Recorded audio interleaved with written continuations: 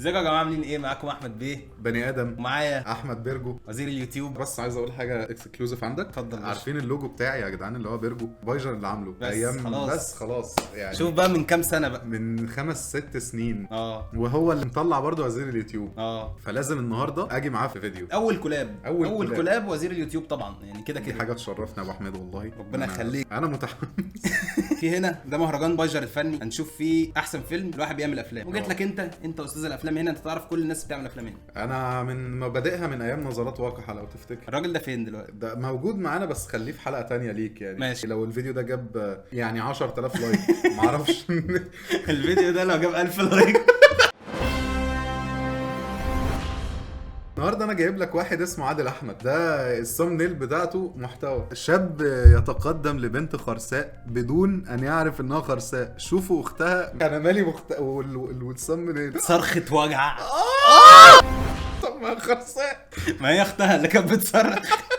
هي تتضرب واختها تصرخ. دكتورة مغرورة تفعل شيء محرم جدا مع زوجها الفقير ابن الكلب، مستحيل يقبله اي راجل. وايه ماشي، انا اتحمست. بقول لك يا بابا، قول يا بنت. انا زمايلي كلهم قدموا كليه الطب، ليه انا لا؟ عشان انت لا، انت مستحيل طب. كليه الطب وانا صرفت عليك لحد ما خدت الثانويه العامه دي بالعافيه. احنا ما عندناش حق العلاج. طلعت يا دكتوره، مش لما نجيب الدواء الاول.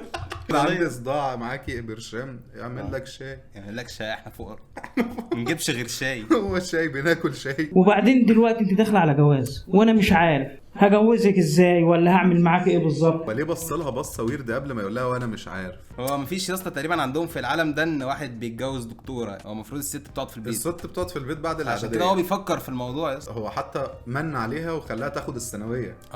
هي بعد الاعداديه دي انت خلاص. بس كليه الطب برضو مشكوك فيها. امال كنت دخلتني ليه مدرسه من الاول؟ ما كنتش دخلت بقى يعني بعد ما اصرف عليكي كل ده طارق عليا. بس ما بتعرفش تتكلم عربي. هي بتتكلم فرنكو. والله انا دخلتك مدرسه علشان تتعلم وتقدر تفك الخط حتى. يعني خلاص يعني ومجموعي حلو. هو بيفكر هيقول ايه عموما. ما هو انا تعالى انا وانت بص نألف فيلم دلوقتي. ماشي. انا صحيح يا بيرجو، انا كل اصحابي دخلوا كليه الطب. ما هو يا ابني انا ياما اتصرف عليك وانت ما تعبت معاك. بس انا عايز اخش كليه الطب. ما هو انا صرفت عليك دم قلبي. طب ايه الدنيا، هخش كليه ايه؟ ما هو انا يا ابني انا هتخش كليه إيه؟ انت كفايه ان انت بتعرف تفك الخط. طب دخلتني مدرسه ليه يا بنتي انت شايفه حالتنا، اجيب لك منين؟ هو ليه عمل زوم على اجيب لك؟ زوم اليوتيوبرز. الزوم ده انا بعمله، بص اهو عملت عليك دلوقتي وانا اهو.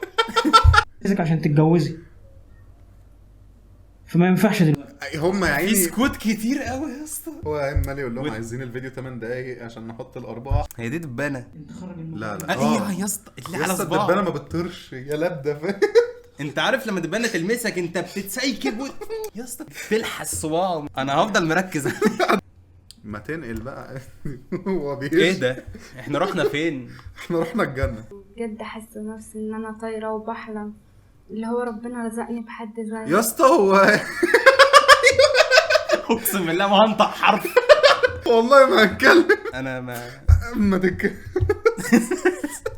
تمام والله انا مبسوط. خايف يقول حاجه.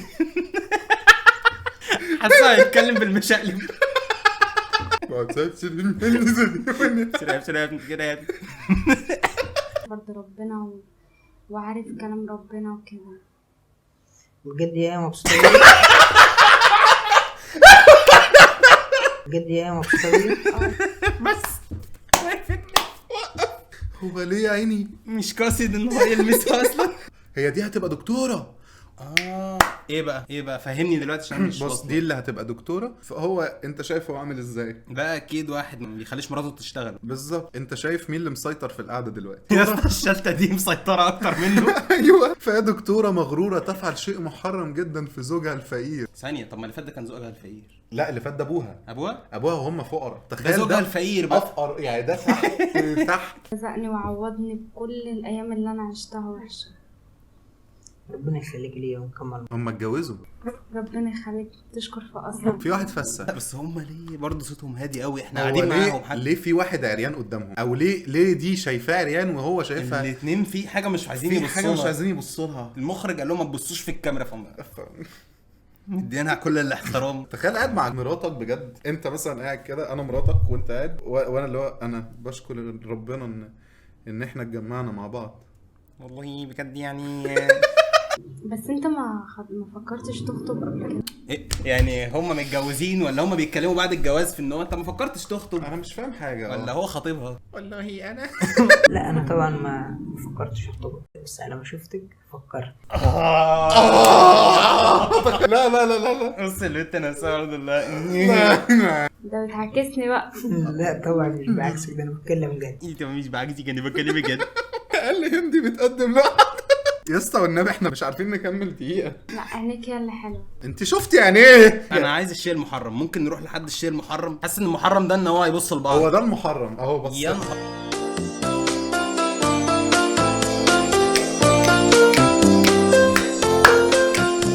دي كل ذكرياتهم مع بعض. ليله الدخله دلوقتي ده ناس عاملين عليها زوم بترش ورد منهم.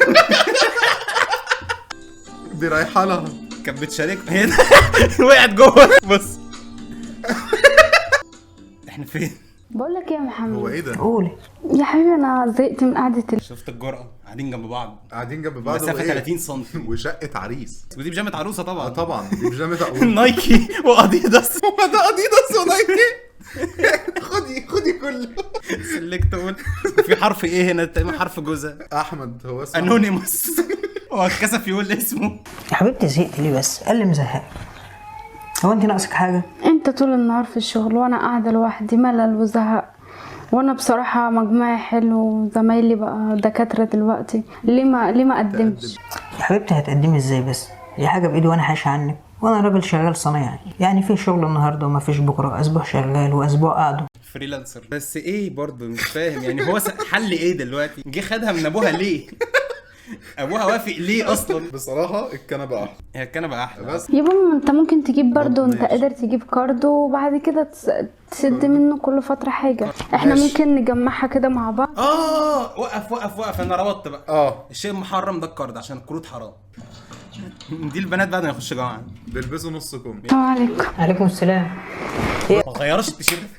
عشان عليه ديو. طب والكارد؟ هعمل ايه؟ الزحمه بقى ومواصلات ومحاضرات بقى وحاجه، بص اخر كده. ده كل يوم مع رجاله. كل يوم مع رجاله ندرس مع بعض ونشرح مع بعض. طيب خلاص ماشي، قوموا اعملوا لكم كوبايه شاي عشان دماغي هتتفرق. لا والله مش قادره خالص، ده انا جايه فاصله. قوم انا يا حبيبتي اعمل لك احلى كوبايه شاي. تعال نشوف الشيء المحرم. اهو تاخد كوبايه من النيش. بقى هتتعايل كده يملى علينا الشقه. عيل ايه؟ عايل ايه زي ما اتفقنا يا ايه؟ لا انت فاكر ان انا هخلف؟ انا مش هخلف. انا لا انجابيه. انت ما بتفتحش تويتر ولا ايه؟ انت مش هتخليك ازاي يا ايه؟ بص هقول لك على حاجه بالعربي كده. البتاعه دي ايه دي؟ ده شباك بيبص على بيبص على اعلان تروبيكانا. ذمتك لما تتحرر وتبص له مش بتحس باللي انت عايش. انت عشت. احنا مش هينفع نكمل مع بعض. دغري دغري يا خدت كارد باشا. ودخلتني طب. خد ده انا خلاص بقيت مع رجاله ودكتوره ولسه حالا من ولسه قيمة لابسه نص. النص كم. فما تكلمنيش بقى عشان الدنيا زحمه وعايزه كوبايه شاي. وانت حاطط لي اعلان تروبيكانا ورايا يا ابني. ولو ازاي يا ايه؟ تتكلمي كلام مظبوط.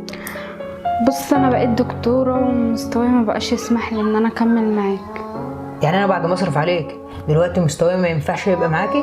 اه هي اختنت. طيب لا بس هي بقت دكتور انا بقيت دكتوره خلاص. طب طب هتاكل. مستواك ما بقاش في مستواي. وانا يا اللي حقير. مدخلها طب. يلا يا زباله. وجايب كارد؟ انا بسدد في الكارد اللي لحد دلوقتي يا ايه؟ وانا كنت واخدك دكتوره وانا ما اعرفش؟ لا يا حبيبي انا بقيت دكتوره من مجهودي، انا ما حدش لاقي عليا جميل. ايه ده؟ تتكلمي جد يا ايه؟ اه بتكلم جد وعايزه اتطلق. ايه ده؟ طب خلاص يعني هو برضه نجحها. انا بقول ياخدها الاسم. اوكي، ورقه الطلاق هتوصل لك. ايه يا ابني ده؟ قمه الرجوله. قمة والله جدع، يعني حتى ما زلهاش اكتر من كده. خلاص. ورقة طلاق كمان هتوصل لك وانتي دكتورة وانا هسدد في الراجل ده. احنا ظلمناه. الراجل ده ظالم نفسه. دي الذكريات زي ما انت قلت يا اسطى. انت مخرج. انت مخرج. خدتيلي 100 قلم، انا شفت فيكي مرمطة، عرفت مين وش الخشب وعلى اللي يعني ايه؟ اخراج ومونتاج عمرو الحكيم. ضحكت عليا يا اسطى. ما طلعش احمد عادل. بنت صغيره تصور امها فيديو وهي في الحمام، شوفوا النهايه. هي دي بقى الفرصة اللي هصور فيها منها. هي دي الفرصه اللي هيصور فيها مني. الحمد لله ربنا كرمني. ايوه عاملة ايه؟ تمام الحمد لله. في ايه؟ في ايه يا بنتي؟ اخوك مش هنا. بالراحة بس، انا جاي اقعد مع بنت اخويا. في ايه؟ طب انت عدي بس انت كده. ايه يا ابني يعني البنت بنت اصول بتقول لك اخويا مش هنا، ده الوقت المناسب. فين؟ ايه ده؟ يا احمد سمسمة عاملة ايه؟ ازيك يا عم عامل ايه؟ جبت لك البيج ماك اللي انت ادي الساندوتش وادي الموبايل، الساندوتش في ايدك، موبايل في ايدك الثانيه، تصوري لي امك وهي في الحمام بسرعه بعد اذنك عشان ربنا يكرمنا في الشغلانه دي. الحمد لله. انت كمان. انت كمان. شيل. اولا هي مش زريبه تمام، ومش وكاله من غير بواب. عيب لما تيجي تفتحي من البيت هنا واخوك مش موجود. في ايه يا منى؟ جاي اقعد مع بنت اخويا شوية. وصورك. يا ماما سيبيه قاعد معايا شويه. شاطرة يا حبيبتي. ماشي يا سمسمه، اقعدي مع عمك يا حبيبتي. انا هدخل الحمام دلوقتي وبعد كده هتدخل في الاوضه. اخش حمام بسرعه بس، ما تقفليش الباب وراك قوي. وليه الظلم؟ هو جوزها ميت طيب اللي هو اخوه؟ جوزها في الشغل. طب ما تليفون كده ايه؟ لا عادي، ما هي قايله لك يزور. ماشي، صله رحم وبتاع. صلة رحم. دي بقى فرصتي ان انا اصورها النهارده. بيفكر بصوت جنب بنت اخوه. ايوه هي حد سمعته. يا عمو لا يا حبيبتي مفيش حاجة. بصي خدي الموبايل ده. هو ايه اللي لا مفيش حاجه، فبيقول لها بقى انا هعمل ايه، فاهم؟ بص مفيش حاجه، بس المهم امسك بس كده، صوري لي امك وهي في الحمام. خشي صوري الحمام. ليه؟ عشان الحمام بتاعكم عايز ديكور وكده، وانا هجيب اكلم الراجل. يعني ايه الحمام عايز ديكور؟ عايز له كنبتين كنبتين وسفره في النص سفرة في ونعمل النص. جبسن بورد خلاص ونجيب فازه. في نص الحمام. انا مش عارفه ايه ده. انا حتى خايفه اخش الحمام. ازاي يا عمو وماما في الحمام؟ عادي يا حبيبتي. في اطفال بتيجي بشوكولاته، في اطفال تيجي بكيس شيبسي، آه. دي تيجي بمبلغ. تيجي بشاورما عربي. مش شوكولاته يا ده انا هصور لك امي. بس هو ما لهاش اي مكافاه، هي وافقت وخلاص. هو ايه ده؟ تخيل انت في الحمام ولاقي دراع كامل داخلي وفي صوت وانت قاعد في الحمام باصص لي. موبايل كبير اهو. يا ماما انا بلعب بالتليفون. بلعب بالتليفون. تلعب ايه يعني؟ مفيش شبكه، الشبكه من هنا حلوه. قبل التليفون وانت جاي تعمليه عليا ليه يا حبيبتي؟ كنت بصور الغسالة. ماشي. ليه؟ انا كده صورت ماما وصورت الحمام لعمو. يعني بالمناسبه لو هي ما سمعتش، انا كده صورت ماما وصورت الحمام لعمه عشان هو قال لي ايه؟ محتاج ديكور. هو انا جعانه بصراحه وعايز اكل بيج ماك. بص يا عمو انا صورت ماما من غير ما تاخد بالك. هو كان عايز يركب ديكور لو مش فاكره. تخيل يقول لها تصوري امك ليه يا بنتي؟ انا كنت عايزك تصوري الغساله. مش ده اللي احنا اتفقنا عليه؟ ايه اللي الادب اللي انت فيها دي؟ يعني ايه يعني اللي انت بتقوليه ده؟ فين الغساله دلوقتي؟ خدي صوريها تاني. ايه يا بنت الفيديو الجامد ده؟ تسلم ايدي. ايه ده ايه ده ايه ده؟ ايه الرياكشن؟ الفيديو الجامد ده تسلم ايدك. ايه ده يا اسطى؟ دي اغرب حاجه ممكن اسمعها من عمي. مبدئيا لو ده عمك. ومبدئيا العمام كلهم فيهم مشكله. خدي بقى انت الفلوس دي عشانك. انزلي هاتي حاجة حلوة ليكي وبتاع. ايه ده يا عم 20 جنيه بس؟ ضمي. ما حصلتش تمن الصندوق. خلاص هاتي. خدي. احلى 100 جنيه. هاي 100 جنيه حلو، بيج ماك. هو ده البيج ماك اللي احنا بيج ماك ب عايزينه. 100 جنيه ماشي. خد ال 20 جنيه يا ستي كمان اهي. ايه ده ايه ده؟ انا ناقص يجيب لها علبه سجاير. بس هقول لك حاجة، لو قلت لحد ولا حد عارف الموضوع ده سر بينا، مش هديكي فلوس تاني واخد منك الفلوس دي. ماشي؟ سلام. ايه معايا 100 جنيه. معايا 100 كده جنيه. المخرج فصل. المخرج بس يا بنت ايه ده؟ بتسمع خبر ان صورها نازله على موقع بتسمع صورها. ما هو برضك يا عادل انا بصراحه مستغربه اخوك ده، كل يوم يجي ينط لي هنا، وبعدين دي مش اول مره يعني اللي هو يزقني كده ويقتحم الشقه، ولا كأن هنا في حد في البيت. ايه اللي انت بتقوليه ده؟ زقك امتى ده؟ زقني ولا انا جاي اقعد مع طبعاً السمسمه، جنبها. قلت له اخوك مش موجود انا جاي قاعد ورا الكاميرا صح؟ طب انا هسيب الشغل واجيلك اهو. ماشي يا عادل. تخيل مدير الشغل. طب ما خير. خلاص. خير يا ابني، انت بتستأذن بدري ليه؟ لا مفيش، اصل بنت صغيره صورت امها فيديو وهي في الحمام، شوفوا النهايه.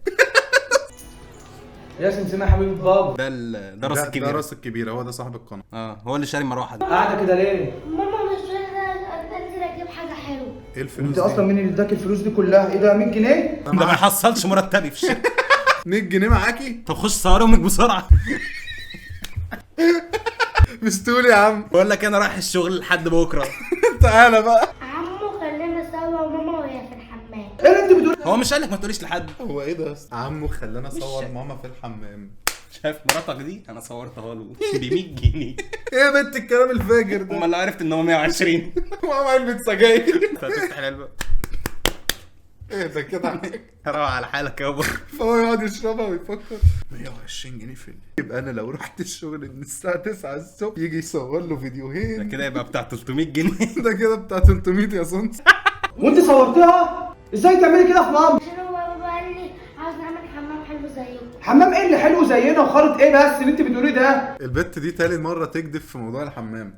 عايزه، هو قال لها عايز الديكور، هي شخصيا ما كانتش مقتنعه اصلا. هي نفسها يعني هو قال لها صوري الحمام، قالت له صورت لك امي وهي مش واخده بالها يعني.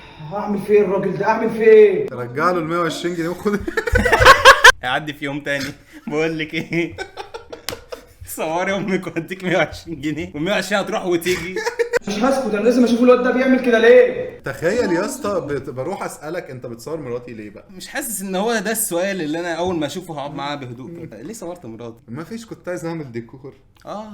ده الديكور اللي انت قلت لي عليه. خد 120 جنيه اهو. لا حبيبي ربنا يكرمك يا رب. خلي الفيديو معاك. لا والله الفيديو ما هيرجع. انت نايمه هنا واخويا بيصورك وانت في الحمام. ايه بيصورك امال قصدها ايه بالغساله؟ حاجه دي صغيره. انت بتصوريني يا بنتي ما تعرفش حاجه والله. المهم دلوقتي انا قلت له ما عادش ليه دعوه بينا تاني خالص، روح يا حبيبتي الاوضه وخلاص يا ست. انا من هنا وجاي ماليش اخوات صبيان. انا قلت لك ان الواد ده انا مش مرتاحه له، ما سمعتش كلامي. ده حصلت ان هو يصور كمان مراتي. ده اتجنن رسمي. يا عم ما تروح تقول له الكلام ده. هو على فكره لسه ما كلموش، هو قال لها ان هو قطع معاه وعمل معاه. خاف منه عم. ولو خبط عليكي بعد كده اقفل الباب في وشه. باب الحمام قصدي. انا هرجع الشغل عشان يا دوب استأذنت ساعه زمن ورجع تاني. قام اخو داخل البيت تاني. روح الحمد لله فرصتي التانية النهارده يا رب. روح الشغل تاني. ايه يا ماما، هو انت اي حد يقول لك اعملي كذا تعمليه؟ هو قال لي اصور الحمام. بتصور امك؟ خدودك دي هقطعها لك ماشي. ما تعالش تاني. احنا ليه بنتفرج على مشهد تعذيب اطفال؟ حرفيا. الفيديو ده ممكن يتشال. لا بس يعني ممكن تحط موسيقى اطفال في الباك جراوند بيلعبوا مع بعض. تحب حبه الكوك ايه؟ ده لازم انزل له، ما انا مش هسيب حقي بالسايل كده. مثلا هي بنت داخله له، ايوه عايز اخش الحمام عندك. مركب 50 كاميرا في الحمام. يا بجحتك. هي دخلت ازاي وهو بيصلي؟ لسه مصورني من ايه ساعه. دي؟ انا كل ده مستنيك. اه. انا قاعد مستنيك كل ده. انا عارف ان انا غلطت. هو تقريبا كده الفيديو ما عجبوش. فتاب بقى. فتاب يعني خلاص. عشان ما اخدش ذنوب على الفاضي. والحمد لله تبت. في التلت ساعه دول. من انا كنت بحبك زمان، انت عارف حاجه زي كده، وانت اللي سبتيني عشان خاطر اخويا. عشان انت دخلت في سكه المخدرات، وانا ما يشرفنيش ان انا اتجوز واحد بتاع مخدرات. وجيت بطلتها وقلت لك وانت ما رضيتيش ترجعي لي. ما هو انت عشان كنت بتشرب مخدرات اكمل معاك. وبطلتها عشان خاطري. هو ليه تحسهم ممكن يرجعوا لبعض؟ يولع البت بنتي مع جوزي. بنتي ايه وجوزي ايه؟ ما عادش ينفع، ما عادش ينفع. اللي يشربها مره يشربها 1000. واخترت راجل، اخترت اخوك. وانا عارف اخترتك زمان وانت ما اخترتنيش، اخترت اخويا. زمان بقى. هو الكلام كان على الفيديو، فجأة لقينا نفسنا في الشات مع حد مع الاكس ده احنا بتاعته. دخلنا شات بجد. دي حاجه ما بينك وما بينه تحلوها مع بعض. اما انا تنساني انا واخوك متجوزين وما بيننا طفله. يا رب يا رب سامحني على اللي انا عملته. دلوقتي كده الفيلم خلص. انا من رايي احسن ممثل في الفيديو ده البنت الصغيره. بس برضه ما استنتجتش حاجه دلوقتي، ما خليتوش يمسح الفيديو. يعني احنا ما عرفناش السبب، هو تاب يعني. بس هو مفيش اي تعليق يوضح الموضوع ده غير اللي انت قلته وعملته قط في المونتاج ده. بص، شاب غني يتزوج بيعة الليمون، هو ده الحب بالله بجد. هو ايه اللي جابها بيته؟ يا اسطى بيديها حساب الليمون، تقبلي مني ربع كيلو الليمون ده. توأم ملتصق عملوا عمليه، شوف مين مات فيهم. انا ذنبي ايه طيب يا دينا؟ انا زهقت والله من المنظر. مش هيكون اكتر مني يا دينا. في ايه يا اختي انت وهي عمالين تتخانقوا مع بعض ليه؟ انا نفسي اصلي. عايزه تصلي يا حبيبتي؟ نفسي اصلي يا عادل واقرب من ربنا. معلش يا حبيبه قلبي، انت عارفه ان انا خلاص ان انا حوشت الفلوس بتاعت العمليه بتاعتكم. هنجيب واحد هيفلقكم نصين. يا دينا هتعملي العمليه، بس انت مش عاجباني خالص يا دينا. فانت شكلك انت اللي هتموتي. التانية دمها اخف. التانية دمها اخف. مش عاجباك ازاي يعني؟ مش عارف انت يعني المفروض تلبسي طرحه كده زي اختك وتقربي من ربنا. شوف انا بحس ان هي انا عرفت هو هيختار مين بناء على ايه. هيختار المقربه من ربنا وتقربي من ربنا. شوف انا بحس ان هي عايز يعني ان انتوا والله نفسي اقرب من ربنا واصلي وابقى كويسه، بس انا مش عارفه دينا مالها كل شويه تزقني وتتخانق معايا وتشتمني عشان انا مش عارفه اقعد. وتصلوا مع بعض، لكن انت اللي مش مديها فرصه ان هي تعمل كده. كل ما اجي اقول لها عاوزه اصلي تقوم قايله لي ده ازاي وتقعد تزعق فيا. حرام، حتى مانيكير مش هعرف اصلي بيه. مانيكير ده انت كفره.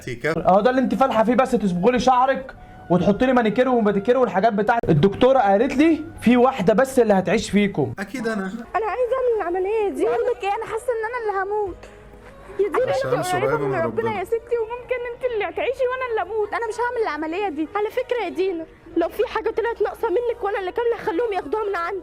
انت اختي يا دينا. انت بتتكلمي بجد؟ ايوه يا دينا. ايه ده يعني انت هتسيبيني اعيش وتموت انت؟ ليه ده كده انت ده انت اختي. يعني انت ممكن تموتي بدالي؟ ايوه يا دينا. ايه ده؟ يلا طب يلا نبينا طب نعمل يلا العملية. بينا نعمل العمليه. يلا حالا.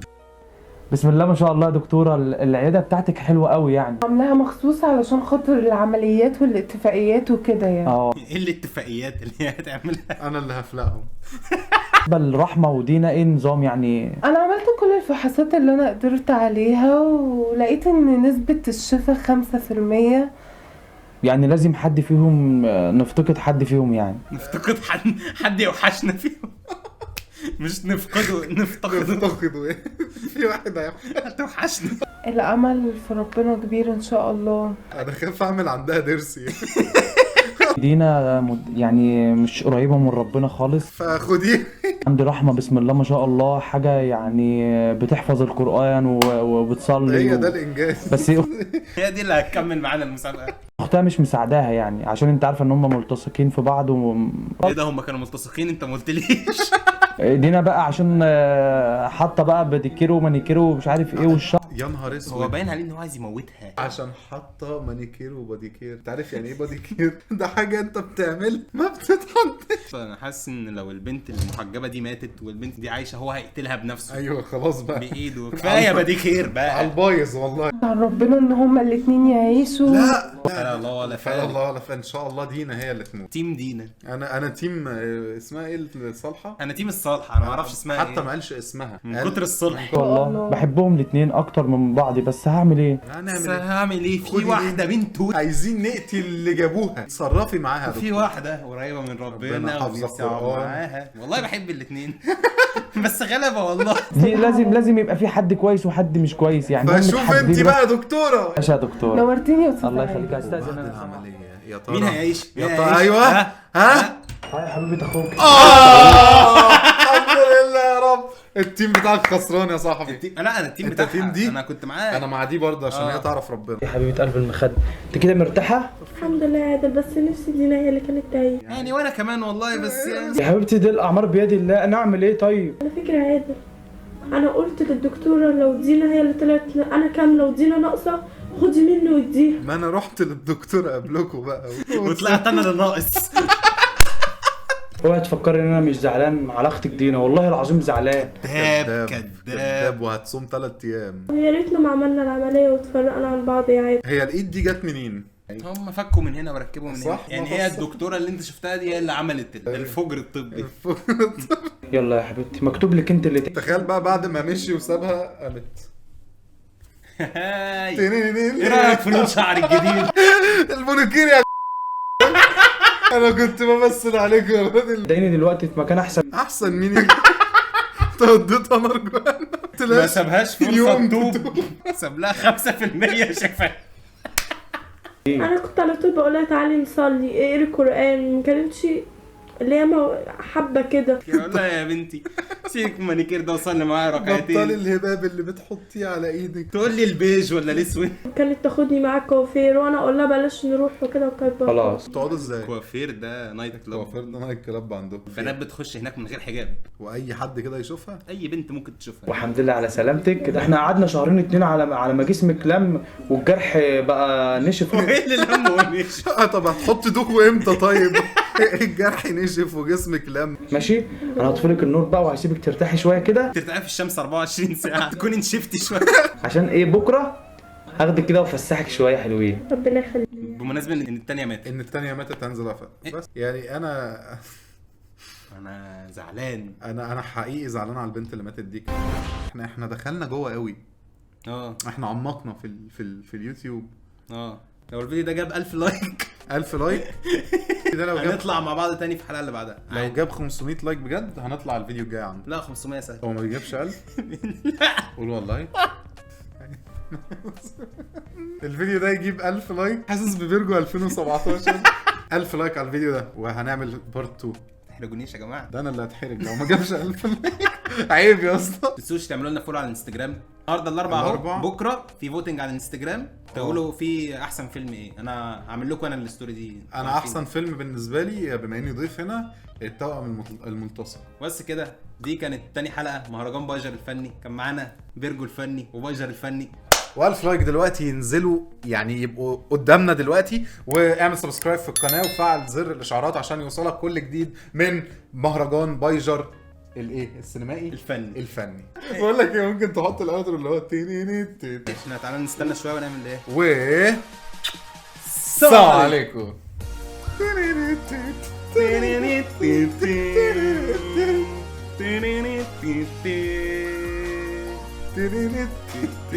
يا اسطى جامده قوي دي، حاسس باليوتيوب.